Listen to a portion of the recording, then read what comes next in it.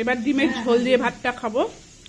ঝোল দিয়ে ভাতটা মাখিয়ে দিলাম। এবার ডিমটাকে ভাঙবো। দেখো হাঁসের ডিমের কুসুমটা জাস্ট ওয়াও, দেখেই লোভ হয়। তো কুসুমটা দিয়ে একটু ভাতটা মেখে খাবো।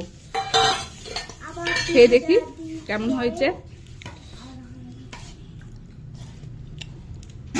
আহ মা, সত্যি অমৃত। মা এত সুন্দর রান্না করেছো না, দারুণ লাগলো। কতদিন পরে এত সুন্দর রান্না করে খেলাম। মায়ের হাতের রান্না খেয়ে মনটা একদম ভরে গেল। অনেকদিন পরে খেলাম মা। খেতে কিন্তু সেই লাগছে না? মাছটা ফাইনালি দিনটা হবে।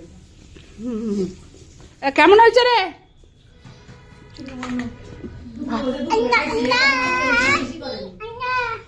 মা এখানে পার্সেল করে দিল সবার জন্য।